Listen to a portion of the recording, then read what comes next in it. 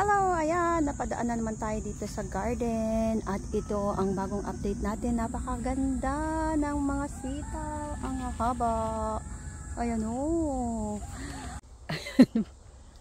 Flowers. Ang aking pag-ibig. Flowers for you. Para sa iyo. Daming bunga ng ano oh. Grabe. Ang daming bunga ng sili. Ang lalaki pa. Punta dahil tayo dun sa kabilang garden. Yan, nag-harvest ako ng cabbage kanina. Punta tayo sa kabilang garden kasi dito, iba naman ang tanim dito. Mga bulaklak. Hindi gulay. Mahilig yata sa bulaklak yung may-ari ng garden. So mostly dito ang mga tanim, mga gulay. Pero yung kapitbahay, nagtanim siya ng puro bulaklak. Ang ganda.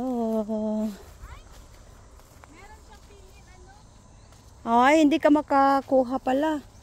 Hala, ang ganda ng rose. O yun, daming buds. Hala, ang ganda ng kanyang garden. Itong pink na to, bihira lang to na nakikita. Itong pink na to. Usually puti at saka yellow lang yung nakikita dyan sa labas. Tingnan mo yan, oh.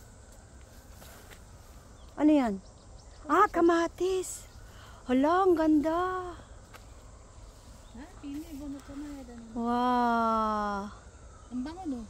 Oh, grabe naman si Adjuma. Instead na gulay ang itanim dito, bulaklak. Ayun, ang gusto ko yung yellow. Ayun oh, yung dilaw doon. Wow. Ay, ang ganda naman ng mga flowers. Tignan mo yung mga butterfly. Diyan na sila. Oh. Ang daming butterfly na puti. Wow. Tignan mo naman yung kamatis na yan. Oh, diba? Nakakuha na ako 5. Wow. Oh, tignan nyo. Oh, yung bunga ng kalabasa. Yan, nanguha tayo ng bulaklak kanina kasi hindi naman nila kinakain ng bulaklak dito. Ayan oh. Instead na pahaba. Sobrang tagal, naging bilog na siya. Ayan ang kalabasa. Nakakatuwa talaga itong sili.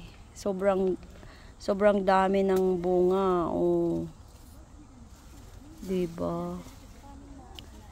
Grabe. Super daming bunga. Oh.